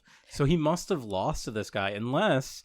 Do you think Ghetto like voluntarily offered himself? That doesn't Ghetto seem was like Ghetto was essentially killed by Yuta in the movie. So he essentially was probably just like either A, a corpse, or B, a barely alive man knocked out. So. That one of his cursed spirits that this man sent, or like one of his goons grabbed. It would make sense either way. I hope he was still alive. I think it'd make more sense if Ghetto was alive when he got taken over, because then this guy could just grab any dead person and become them. Like theoretically, somebody else had a stabilizing curse ability to like just hold the body and like, or maybe that person wasn't that. It also worked along with that I don't know. Who knows? Also, it makes me think now with the whole Mei Mei thing we saw the episode before about like her Ghetto told her the plan and she was like, "Oh yeah, I'm just gonna peace out now." And like, yeah, she totally just fucking betrayed everyone. I'm gonna fuck off, have a nice cup of Folgers with my brother, and just I get it. Peace out. Yeah, she definitely. So yeah, we didn't see the scene, but she definitely talked to Ghetto and then before she broke out, a pact with Ghetto. There. Man, that was just a cool like curse too, with like the three when she fought the 3 tick coffin. Was it like the smallpox virus or something? Yeah, that was literally like one of the most amazing scenes of the show. I don't think the show's ever gonna be able to like top that. Man, that was fun. We fuck my brother in bed. Yeah, creepy fucking bitch. So that is interesting because like Mei Mei is being like she left the country to be a bad person. Then yeah, she left the country, told people sell your stocks now. And, like, you know, we're like, okay, it's kind of weird for Jujutsu Kaisen. We only really tackle the Jujutsu school. We never get into, like, the worldwide effects of this. And we go into that here. Like, where Chainsaw Man had that thing, too, where it kind of goes into the world with these supernatural things in it. Yeah, so we do learn one thing, that Japan does produce more Yes, curses than other countries, which is funny because like it does flash to it's like realistic because there's so many like tales of like ghosts and yokai that come from Japan and even urban Japan as well. And it does flash to the one dude from the Zero, the guy who Yuta runs. Yeah, I forget his goes name. with. I think it was Miguel. Yeah, I think it was Miguel. He had the whips. Yes, that Gojo fucking burned up. Gojo mess up anybody. That poor, you're like, oh, I got great matchups with anybody here, and then like, oh no. Yeah, he just got unlucky. I love that. Unlucky. But yeah, that's interesting to know about where like Japan is the primary export of Jujutsu sorcerers and stuff. And then it makes you wonder, like, so the guys this new baddie Pseudo-Geto is like hundreds of years old. Yes, at least. So potentially, like, I'm wondering if maybe there was an old ritual done by like some old guys in Japan to like cause Japan to be like the place where they open the portal, like that kind of thing. Like what's it called? Zero, like Patient Zero kind of thing. Yeah. There's an incident before the Shibuya incident, essentially. Yeah, exactly. And Sukuna probably is somehow, some way Sukuna is involved, or I don't know. I mean, that would fit. I mean, he we know that he was around like 1,000 years ago or something. So he could have been involved in that. And yeah, we basically get that like Geto's plan is he essentially going to use the Mojito ability to unlock two things. The people that have like cursed items like, integrated inside them, essentially, and people that have that basically the dormanted ability, like you have the potential to be a stand user, you just need to get like the stab of the arrow to get it out. Trigger. Kind of like, yeah, I think maybe in Hunter x Hunter is a good example because like in Hunter x Hunter there's a way to activate your nen, by forcefully like someone like forcefully like. It's like starting a car battery, essentially. They, like, blast a bit of nen into you, and you might catch it. Or, like, getting a nen beast by, like, doing it in a weird, different kind of way. Oh, that's actually interesting. That would probably be closer to the first one. I was thinking, like, Guru in Dragon Ball Z, who unlocks your potential by putting your hand on your head and just, like, you're stronger now. What if he was lying? What if it was just like a pep talk? I mean, they literally shat their pants when that happened to them. Like, whoa, I feel the power in me already. But no. So yeah, the second group are people like Junpei who have like latent. It's dormant. They have like a latent curse power, but they don't have the quote unquote brain of a jujutsu sorcerer. The fighting spirit, I guess, until somebody forcibly makes it out and you have a jellyfish. Yeah, I think that's probably the best way of thinking about it. Just like stands, like fighting spirit as like a manifestation of that. Yeah. Yes. Like Junpei would have never unlocked that had it not been for like the circumstances that Mojito caused. Yes. The trauma. Mm-hmm. Yeah. And so yeah, that's basically the plan. We see Megumi's sister that we've seen a little bit wake up with her weird mark on her forehead. Yeah. So she presumably is one of the people that's triggered. And so also Pseudo-Geto says that his plan is basically to have these people like work for him to like destroy the world. Like they're either going to fight each other or they're going to fight all the sorcerers. Well, when we talk about the next arc, where they had a teaser of it, who's just like one of those manga PV trailers that says the next special. They didn't say season, they didn't say movie, they didn't say what it was. It's called the Culling Game arc is next up. The Culling Game. Yes. That's really fucking cool. So I'm guessing it's going to be the experienced sorcerers are going to be targeting the newly activated people. I think, new and old, or maybe like a battle royale going after. I think it's probably a battle royale going after like Yuji, or just all the way after each other. I don't know what the reward would be. Maybe Gojo's the reward. I don't know. You win a cube. It's really cool. I really like the direction this is taking because ever since episode 1, the Jujutsu Council has never been good guys. Like, no. They've always wanted to kill Yuji, and it's just been kind of Gojo's presence as this like omnipotent god has been able to like, keep them in check. Yeah. So now that Gojo's out of the way, they're taking advantage of that by making him like ruining his reputation. Yeah. And also and even taking advantage to like finish what they started by killing Yuji. And even in the beginning of this season with like the flashback arc, like it was also saying, okay, they just want to use this innocent girl as a vessel, like they don't care like about her. Just pure evil. Yeah. They're kind of assholes. Thanks, Toji, for shooting that girl in the head. Toji is doing God's work by murdering that girl that had the choice to leave. She was probably going to leave anyway, Toji. Hey, he had to get back in the sports betting, okay? He's better more of them horse races. And not pay attention to his child. So I'm kind of amazed at like the direction the story's going in a good way. They've dealt with some of my biggest like concerns about the story, the fact that Gojo exists as this omnipotent force removing him in such a perfect way so that like the politics of the world can change. And they didn't is straight very up. interesting. They didn't straight up kill him. They literally have a way. You can get him back, but he's just literally guarded by like one of the big bads. It's almost better that he's in this position because they're able to use that as a way to, like, right now the Jujutsu Society is saying like, no, Gojo's an enemy. Like, if he ever comes back, like, we got to deal with him. Like, they're using this as like a scapegoat. They're scapegoating him essentially. I do love they had to do a way to like get rid of him. It's not just like, oh yeah, look at that, we just killed the most powerful person on the. I remember reading My Hero did a thing where like the #1 hero in America is coming in to help beat up the bad guy. Like, oh no, they jobbed out. What did they accomplish it by the end? Absolutely nothing. Just show you like bad guy is strong. Mm-hmm. And just like, oh yeah, Ghetto's strong because he killed Gojo. I'm like, no, they literally had to pull so many strings just to capture Gojo by literally pushing him to the edge. Like, ultimately, that was kind of the plan. Like, that was not. It wasn't like the whole entire plan because clearly we saw what Ghetto wanted. Yeah. Well, the plan was like, it was like that was step one. Yeah, we had to like tire him out essentially, and like we were probably gonna lose one of the. Which I do love. Our biggest complaint: none of these villains died, and they like all essentially are dead except for Ghetto. Pseudo Ghetto, Chozo's alive somehow. I guess he's a good guy, or. So here's the cool. What I wanted to get into. Here's the cool thing. So yeah, the JJK Society has never been like good for Yuji in particular. They wanted to kill him, and now Yuji is basically like enemies all around him. He's got like Pseudo Ghetto and what's called like the Jujutsu Society. They're all against. He doesn't seem to be arrested or uncaptured. He's like literally like in Tokyo. Like, Yuji got away. So that's why it's interesting. This gives a chance for him and Chozo to team up because Chozo would not normally team up like with a Jujutsu sorcerer.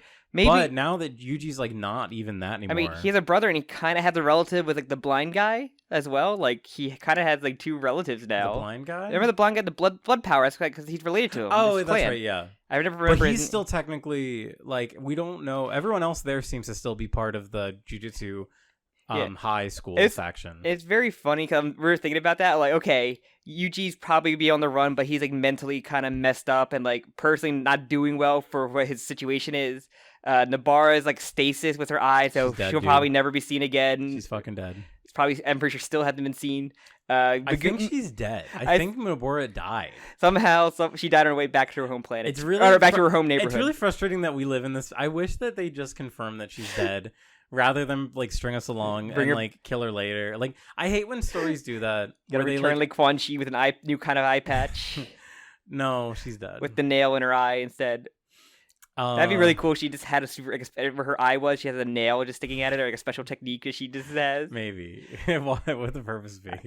Jujutsu moves, sorcerer stuff, and like it was. I told Joe, like for the guy who tried to kill himself the most, somehow Megumi got out pretty okay. He got like punched by his own like summon essentially that would have killed him if it didn't get killed. He really did. Yeah, wow, I didn't realize he put himself in the most He was danger. trying to kill himself by summoning him like 5 times and like all he got was a guy he didn't know killing himself in front of him.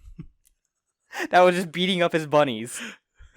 Probably the most like horrifying fight he's ever been in his whole life, and this guy just kills himself. Like Sukuna had to like Sukuna had to fight the his summon, right? The Magahora or whatever. I can't remember. I forget.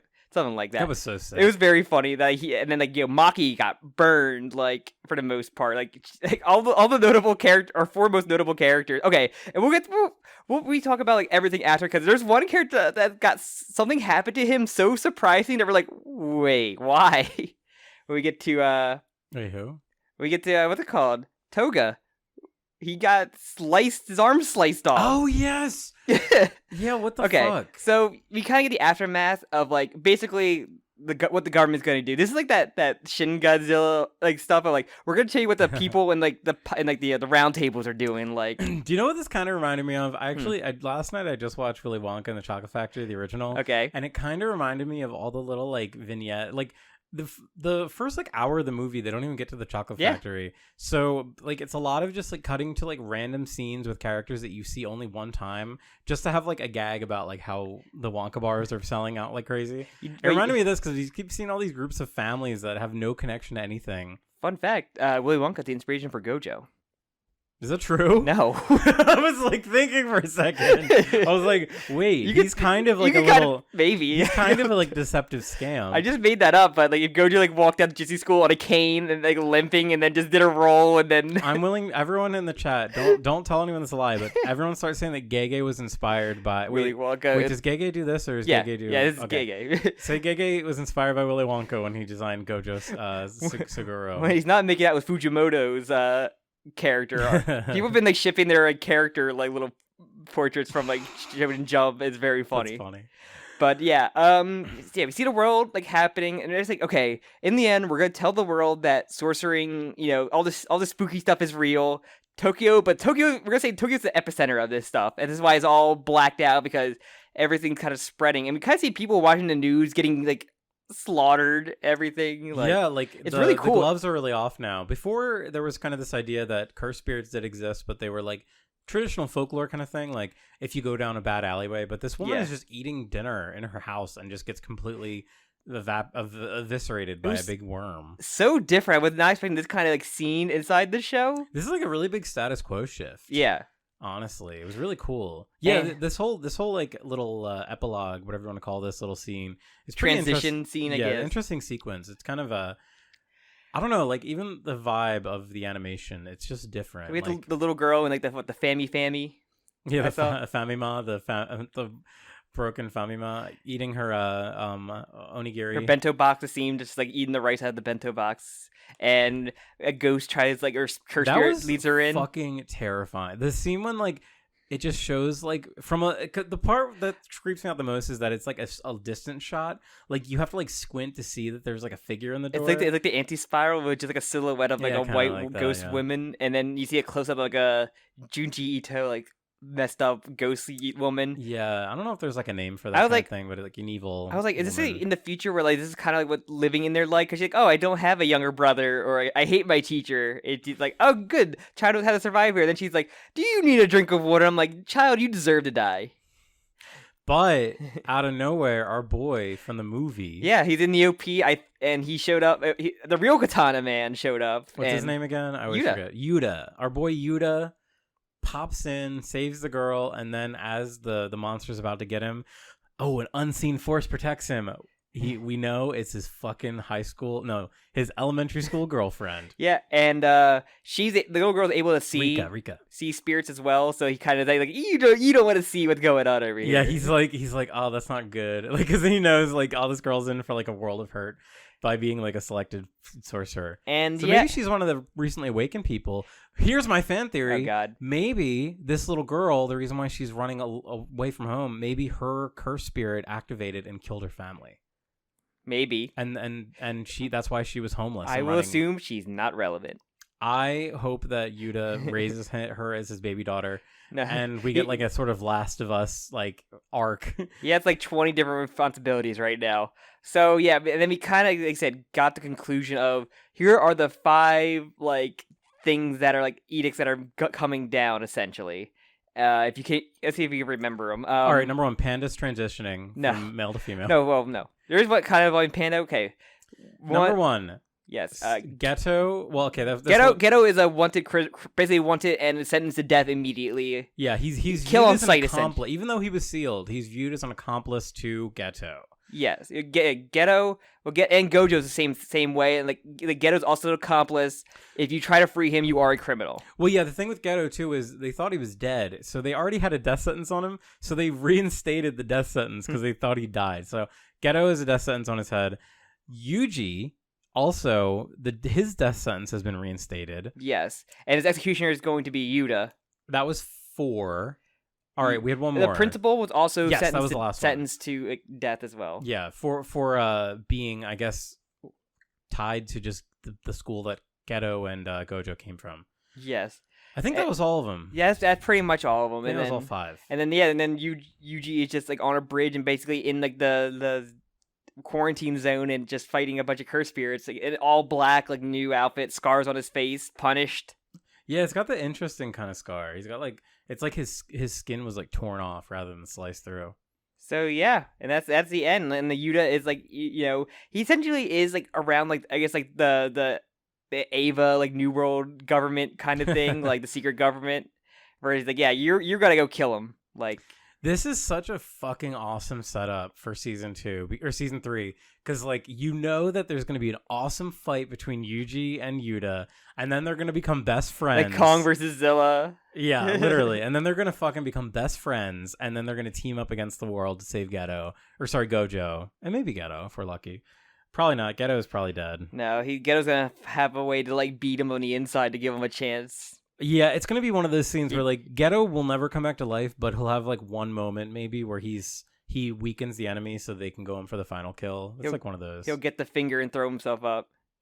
Throw up all these like little like things. Also, there's one part where like Yuki's talking and about like she like that powerful country like America. Like I get it. Yeah, it was kind of weird. But yeah, so that's basically how it is. Like how the world's gonna be going now. Like there's GC sorcerers everywhere. There's just gonna be a calling game in the next arc. That's so sick. I don't know how much more manga is left. There's probably maybe 2 seasons worth. I would have to guess there's probably 2 seasons worth. He's still trying to wrap. He's starting to wrap up now for just the series. Oh, and people have been like, I'm not sure people like they love and hate the manga because like I think the manga's pacing is like very like fast. I don't know what the people think about the manga. Honestly, like I don't think really people do like that. the manga. It's funny because like art style is so vastly like. I've seen a couple panels that I've actually been really impressed with the art. I just love Nat. I win a lot, but I've seen a few of like spreads because like there's a new thing happening on Twitter where like everything that gets recommended to me is like people using like the thread emoji, and they'll be like top 10 most graphic horror animes, and then they'll do the thread emoji, and I've seen like 4 of them for just JJK. They'll be like the gnarliest JJK two-page spreads in the manga, and I looked at a few of them hoping that there's no spoilers, and the art does look really good when it wants to in the manga. I love the covers of Jujutsu Kaisen a lot. The covers actually look really cool. It captures that like Tokyo haunted kind of like urban creepy vibe, I think, in a good way. But yeah, that we probably won't get anything until 2025 because their 2024 is packed at Mappa. Honestly, like let them fucking rest. I know that's not. There ain't no rest when we got Chainsaw Man Rize arc. I know that's not how it works, but like, we can definitely wait like 2 years for the next season of JJK. Like we don't need it like immediately. Yeah. Let's give them more. But I fucking love it. I'm so tempted to read the manga, but same. I've been holding off. But I won't. I think this is like the one series that I really want to be an anime only for. Yeah, same. I think it's probably a better experience with some of the fights. So and it's just so hype. I also love watching with you. It's just so fucking hype to watch it. It is great. It's just... we also mentioned like before, Togi's arms are just cut off by Yuta. Oh yeah, and just like in prison. So I don't know what he did. Was it Yuta or Yuji? I'm pretty sure it was Yuta that did it because he sliced off his arms. Yeah, I guess that makes more sense. I thought it said that Yuji had done it. I'm like, don't you have to cover up his mouth or anything beforehand? But yeah, like what the fuck is that? Like, Jesus, like, what did he do? Did he say a slur? Like, who sliced off? Who's off? You probably get spoilers. Togi? Yeah, Togi. Togi. I think it's Toga. Toga. Sorry, Toga. Oh, Toga. Toga. I'm fairly confident it was Yuta because they tell Yuta about it, and he flashes to him like a prison cell would look like. So apparently.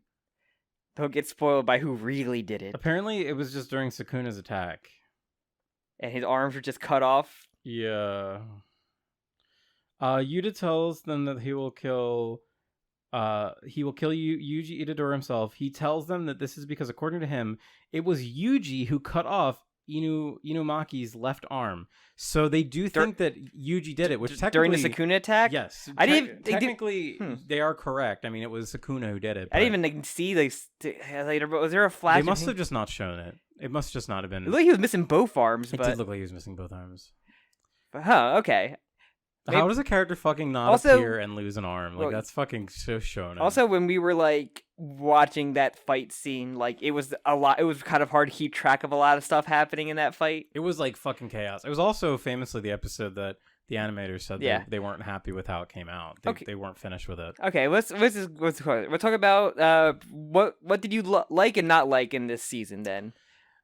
It's funny because like thinking back, the one thing I like. Do you remember the stupid like battle that Yuji has with the fucking like not a cockroach? It was a grasshopper. Remember Yeah. he fights a grasshopper. That would be like a low point, but in a way, like I kind of like the imagery of like the grasshopper like emerging from its shell or whatever they show in the OP. Kind of like relates to what happens with the what's his name, the guy that is big and strong stretchy man. Oh my god, why can't I remember his name? Mojito. Okay. It's kind of like it's almost like foreshadowing like, there's a lot Mojito's of like stretchy men. transformation. So I mean, like I didn't love that fight. It was a cool fight, but it just felt kind of random. It was a good early fight of just like, okay, yeah, these are the lowest stake fights. Like, Yeah, there's not much that I really didn't like. I said, I guess like I think the Sukuna fight was just like it was like the hardest one. That was off maybe because of the Mappa conditions. It was just too much. It like, was. It's like the classic thing where like when there's too much happening, my brain can't like comprehend Overload. like, the stakes that I just don't care anymore. Yeah, it's the Like, hardest one to keep track of. But like when Yuji was fighting Mojito near the end, it was like, oh my god, this is incredible. Like because it's not like overdone. It's not like fucking Super Saiyan 10 Goku doing a big blast Kamehameha. And it wasn't like Sukuna fighting what's it called, Megumi's summon either. Yeah, that was also really cool. I actually really fucking like that. But I understand they have to do that for like power scale bullshit. Like we have to show that Sukuna is like the biggest, baddest, strongest man ever. But I think my favorite part of the season may have been like the flashback arc in the beginning of the I Gojo love the one. fucking flashback arc. It Like, was great. That arc is awesome. Like as I said, my probably the highlight of the entire season was Toji as like my favorite character, of just being like, I am the fucking strong guy. I can't believe he came back. That was so awesome. I was not expecting that. I was so happy. He is my favorite character. I already. So yeah, one thing for me after watching the movie again and the flashback, I was like Geto like instantly became my favorite character. So yeah, we were both disappointed that like Ghetto's not really there anymore. Yeah, that's my fear is like, and I feel like this happens a lot in JJK where there seems like a lot of potential in like one aspect, but it just kind of gets dropped for something else. Like Geto could have been like the antagonist for this. We didn't need like a whole weird Yuji's dad or whatever thing with a brain. Like Geto himself has such incredible motivations, and like his relationship with Gojo, I care more about their relationship than I care about Gojo as a character. That's how much I love Geto. It sucks that Geto is like dead for me. I could have seen it like more so of him dying after, Yuta messed him up, being like, I made a pack, I share my body. We're kind of like a split half and half. Like I am like the half curse, half human now. Like, but the fact that he okay, let's rewrite it briefly. If it had been like he was on the verge of death, and then the brain man came to him and said, "I'll keep you alive." It's like Cyberpunk. Like I'll keep you alive if I can take half your body. I feel like he doesn't need permission to do that. I feel like he just scooped up a dying corpse. I know, but it would have been cooler. It would have given Gojo Geto agency, where Geto is the character I care about. I don't care about this brain guy. Yeah. I like looking at Geto, but I look at Pseudo Geto and I know he's not Geto. Because it's not, yeah, because as we've seen, like, he fights back against him, like, he didn't want this at all. Like, but, like, seeing the end of the flashback, him, like, taking over the cult was, like, so cool to see. Geto was so terrifying. I was mad that his daughters, like, the girls he rescued, got killed off so easily. That we know of. They could come back. They got destroyed. Sam, but remember, she used her phone to bring themselves back after they died. She could have a burner phone. The one got her head exploded. Yeah, but they came back, so they got killed, and then they came back. There's no one left other than Chozo, the only like guy That's why alive. I'm saying maybe she has a burner phone somewhere else in Tokyo that didn't get destroyed, that they'll be able to respawn at. I don't know, man. But no, like, I think that Geto is like so scary as an antagonist because he was like a good guy. He is extremely close with so many of the protagonists. We get to know him and understand him more in that fight, and the relationships with everybody, like Gojo and the nurse that smokes, that is part of the crew but not really important at all. She's just pushed off to the side. And seeing how like someone who is good-hearted can become corrupted by. Honestly, the Jujutsu Society is really corrupt already. They're evil. Did you just say society? I've been calling them the Jujutsu Society this whole time. And also just have one lady, the committee, whatever. One lady come in, give you conversation, say that's just a theory, and then peace out. And basically led you to a life. Yeah, like I can't even be too mad at Geto for like making the decisions he made. I mean, clearly they're evil, but like I feel like he had such a compelling character, and I hate that he's just like a dumb. Yeah. He's a husk now. Yeah. He's a brain He's just a man, body. which fucking stinky. It's like really stinky. That's why I kind of hate the bad thing about like body hopping, or like villains that change bodies like for once or twice. Like that's just the vessel they got. They are just gonna be like. You read all the character that you build up, and you have their body. That's the end of that. And it's character. weird too. It's even weirder so because like we kind of bring up this idea in the beginning of the season with what the opposing sides want. Like one side wants to like rid the world of cursed energy, the other side wants to like harness it and like survival of the fittest it. Yeah, you gotta do it like Greed in Full Metal Alchemist of like they're put into another body, but like there is conflict with the body itself that's still a character that you get through that. Yeah, that's great. Like, that is like such a better way of handling this. So that's just something I feel like I see that a lot in this show where there's something that I am like so interested in, and Gege clearly is not. He just drops it. I'm glad Yuji is like so much more interesting now, though. Like that was always my biggest complaint. It's just like he just seems like good boy character, but now he's just like, oh yeah, he's punished now, but like not like overly edgy. He's just like he wearing all black, but he's not like.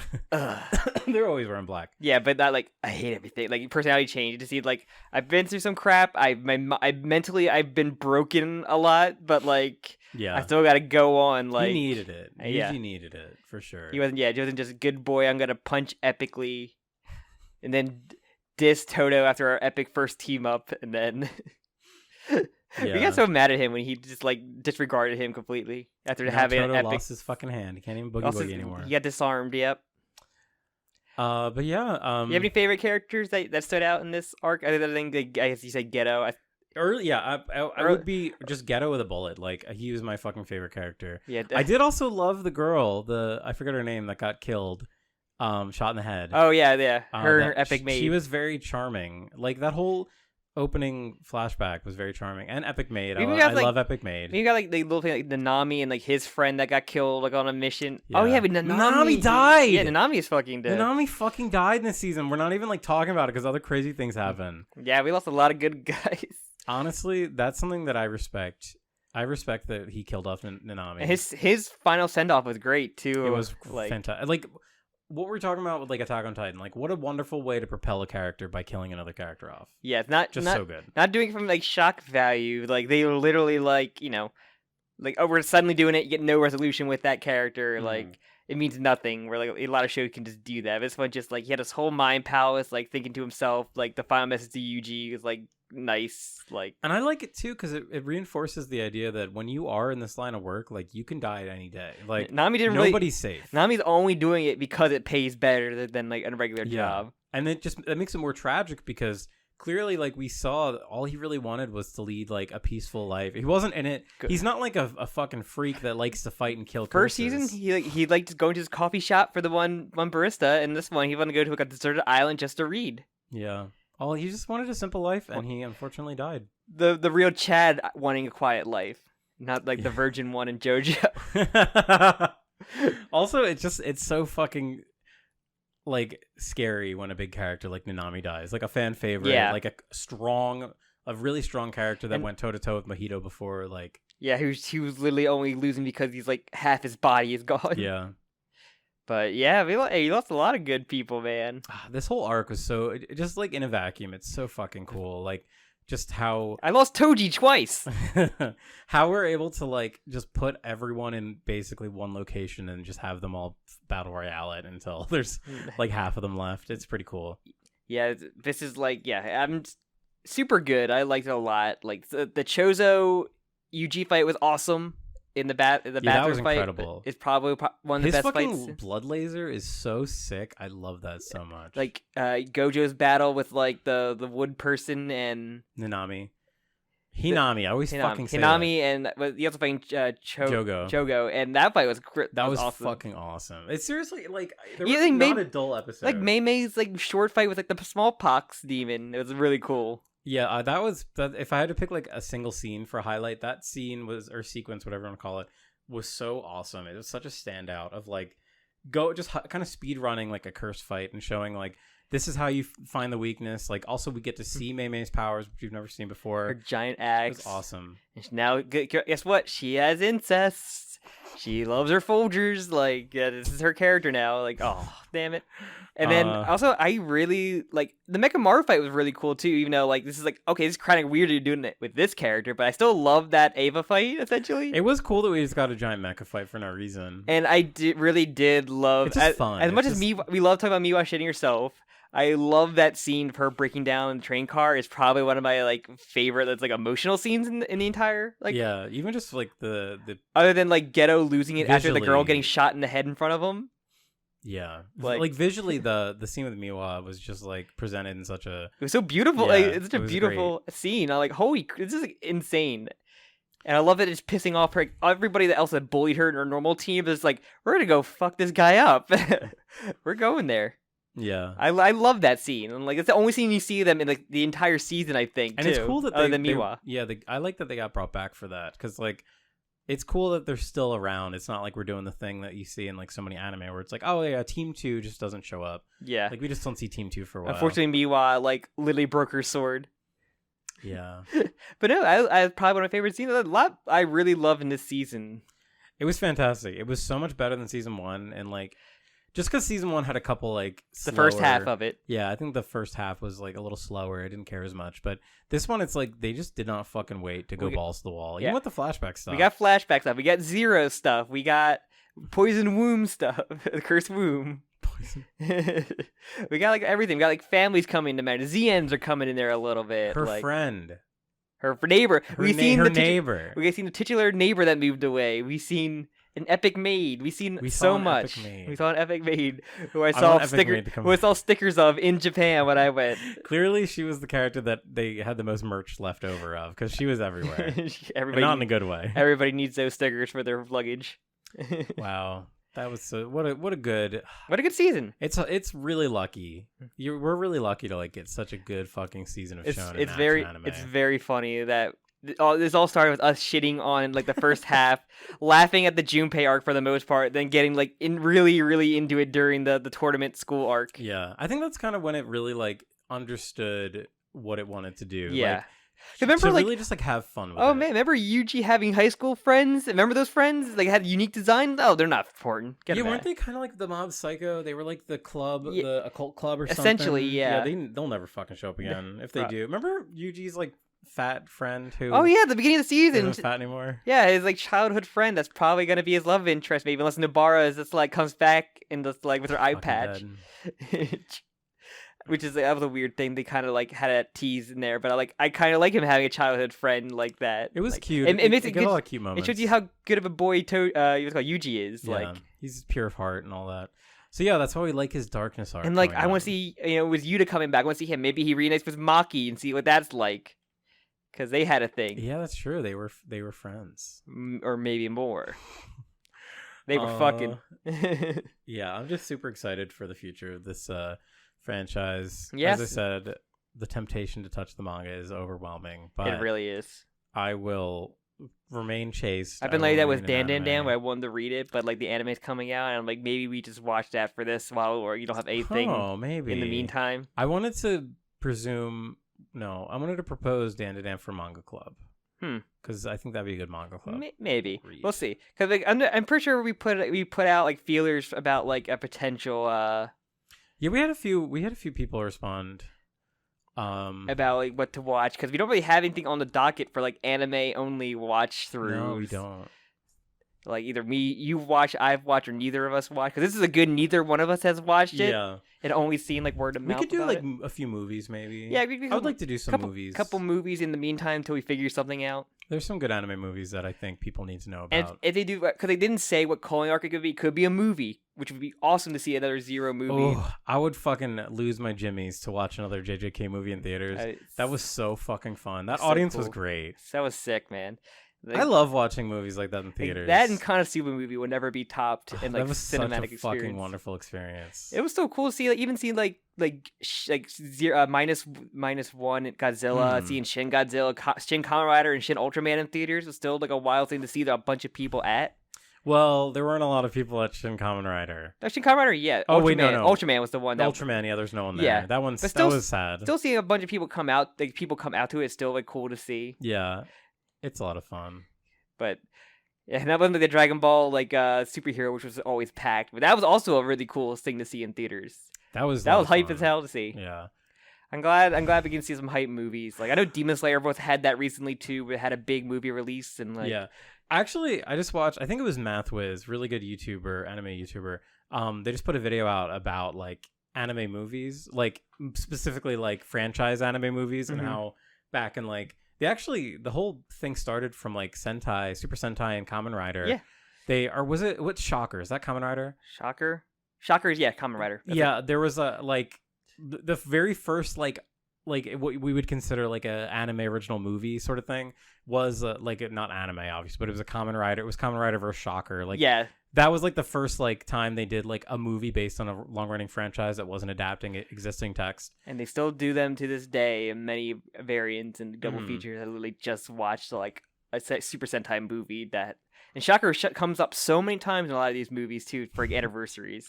But it's interesting because like as the years have gone on, like anime movies, like franchise anime movies, have always been kind of like filler or. Like, all the Dragon Ball movies are basically like the same kind of formula over and over again. Like I remember like seeing Naruto. I saw like one of the Naruto movies in theaters in like middle school, and that was just like not good either. A lot of those were just not memorable. Dragon Ball Z is weird because they had the most memorable ones, where people still talk about those. But like no, like One Piece. People talk about them because of the villains and the transformations, and they were in Budokai games, not because like they're good movies. Yeah, like people just like the characters. People swear by the Bardock one. I've seen it. It's not fucking good. Superhero was good though. Oh no, the Bardock one Bardock's like 2 episodes of a TV show. It's not even a fucking movie. And then that's what I wanted to say. Like, good. So we've entered. And Broly was pretty. What's happening now? It's different. It's not like because before the biggest problem with all these anime movies was that you're adapting nothing. You're making a new story and you can't like have any character growth over like Goku. Yeah. But now with like they're non-canon. Yeah, exactly. They're non-canon. But a lot of the One Piece with the JJK, say for example, if they do, or even like Attack on, or what's it called? Chainsaw Man's doing the Rize movie. We get to have a movie and like all the benefits of that, and it's canon. Like we don't need to worry about them like pausing character growth. Same thing with the Dragon Ball movie. Like they were able to still do like character growth and shit. The Kasuga movie was like that. Yeah, because that was straight up just adapting a light novel. Yeah, like one of the next books. So I really like that we're in an era where anime movies are actually like, if they're not adapting official material, they're actually like creating their own official material. I'm pretty sure the One Piece stuff is current movies are still like those non-canon stuff. Even though I've seen the one girl like in so much stuff now, but she's not gonna be canon probably. Yeah. I think it was like only recently where like One Piece manga like referenced like one thing from a movie. I forget which really one. Funny. That also is infuriating to me though because I don't want to. Watch all. It wasn't like a show. It was like a name drop of like somebody from a movie, and like it could come back because it's One Piece, or it could just be like a reference to a movie. Because like I think we've talked about it before, and we talked about One Piece in one of our episodes, but like where like, Oda didn't get involved until like a certain movie as much. And it's funny because what's his name? Mamoru Hosoda actually directed one of the first movies. I think it was maybe movie 3. And I just want to watch that because I didn't know that Mamoru Hosoda directed a One Piece movie. Yeah, but we have a lot. We have movies we can do in the meantime until we just pick a series out. Like I really wish Junji Ito had good adaptations. Remember Uzumaki? It's coming out. Is it? It should, maybe this same year. Time as Silk Song, baby. Maybe this year. Uzumaki Silk Song double feature. Who comes out first? Place your bets. What's that meme where it's always like, "Hey, hi Yuji from JJK," like, "Hi Goku from Dragon Ball." It should be, "Hi Silk Song." Hi Uzumaki made by Adult Swim. Yeah, and then the next 2 panels are just like TBA release. delayed. Yeah, I said one day because I still need to really get into that as well, like the Junji Ito stuff. Yeah, I mean, I would say, unfortunately, it's more fun to watch anime sometimes, but I would say I'm gonna watch 2 more seasons of Fooly Cooly. It's way better. No, we're fucking not. It's way better to read any Junji Ito from my point of view. It's really strange because they've even done live action adaptations, but I'm sure that nothing's as good. I would love to watch some live action anime adaptations from Japan. No. I live for those. They make me sad. I would rather, every time I do that, I'd be like, I just rather would reread Uzumaki than like do this. I don't know. The Attack on Titan one is so fascinating. Still, it was so bad. It was so bad, Sam. It's so funny. I don't know. I live for that stupid stuff. It would be kind of interesting to cover Tomie. I've never actually read Tomie myself. If anybody has any recommendations or anime series or just movie wise, feel free comment on here. I know it's kind of a weird stitched together, legit Frankenstein monster, a ghetto cursed brain episode. Yeah. But definitely leave some thoughts and ideas. I'm not sure. Did I do the clothing in the last episode, or did I just do it again? No, we're gonna do it now. You want me to do it now? Yeah, I think we're done. Do you have any repair talk you want to talk about? We'll do it on this show. Okay. Not on this show. We just do it on JoJo and Bro episodes. All right. Is there anything? What should I plug up? Where am I plugging up? The massive hole in Tokyo. Shibuya is just the gone void now. of Tokyo. If you like, thank you very much for listening. If you like this episode, please like the video, subscribe, leave a review wherever podcasts are you listening to at. I don't. My brain just literally fried there. Check your podcast. Check your podcast. Leave a review wherever you do that at. You also leave a comment on what you want us for us to cover. We mentioned before what we've seen and haven't seen, so or put a recommendation out there. Maybe one of us has seen it, and it'd be a good idea, to do it. You can also follow the podcast on Twitter with me and Jim's handles on there separately. You can also, if you want your name shouted out at the beginning of a Jokakaka episode every month, you can leave whatever money you want to on our Patreon account. And with that, I think that's everything. Which is patreon.com/Jokakaka. It's all in the information below, Yep. or wherever the info page is. Yep. And with that, we will, I guess, for this series, whenever the calling game starts, wherever that's going to be. I want it to be a movie now. I'm happy for anything, or even a mini season, like a 6-episode season. Or I something. feel like people laughed at me back in the day when They all laughed at me. when Konosuba the movie came out, and I said I just want all my anime to be movies now. We're getting season 3 of Konosuba. We have a trailer. That is true. Yeah, I think spring, I believe, is when it's coming. Yes. But no, everyone was laughing at me. Everyone was like, "Hey, you anime movie." Honestly, with the new Chainsaw Man one, I feel like the best way to experience anime is through movies. We'll see how the Chainsaw Man goes. Mappa, I get worried about Mappa with their work schedule, so Yeah, it's just suffering. These poor people are just gonna have to suffer, unfortunately.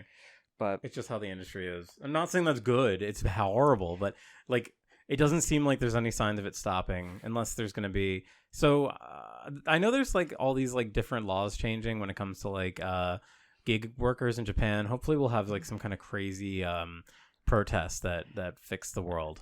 They're starting these work on a lot of studios and are working on game crunch a little bit better now compared to how it was in a couple years past. So maybe the animation studio can get that. I hope so. I've always wondered how crunch is at Nintendo.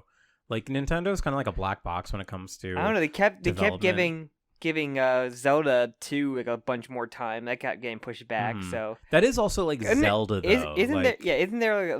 That's one of their biggest franchises. There's a quote from what's it called, from one of the guys in Nintendo saying if a good game is good, it's bad, but if a bad game is good, it's good. Something like that. I don't know. No, it's the whole thing about a good. Delayed. I think Miyamoto said a good game, a delayed game is takes a little long to be good. A bad game is bad forever, or something, whatever. Something like that. It's the meme. But yeah, I don't know. Nintendo is so known for how what's the word? Everything is so methodically done, and it's they're so polished. Yes. There's definitely a lot of work that goes into that. So I've always wondered about how crunch culture is. And Japan is just a crunch country. All the games are great, except when it's Pokemon. They run like absolute shit. Well, yeah, that's not Nintendo. Unless you're Pokemon Arceus. It's Game Freak, so it's not really Nintendo. The Pokemon company. But hey, they put out Pokemon Concierge, which is great. I keep forgetting about that. Yeah, they put out they let that out there so that could be made. So that's cool. I wish they could just be that in that art style because man, I love all those fuzzy Pokemon in that show. I want to watch that show so bad. I want to hug a Psyduck now. Who doesn't? But all right, I guess with that, we'll see you next time, whenever that is. Goodbye. Bye-bye.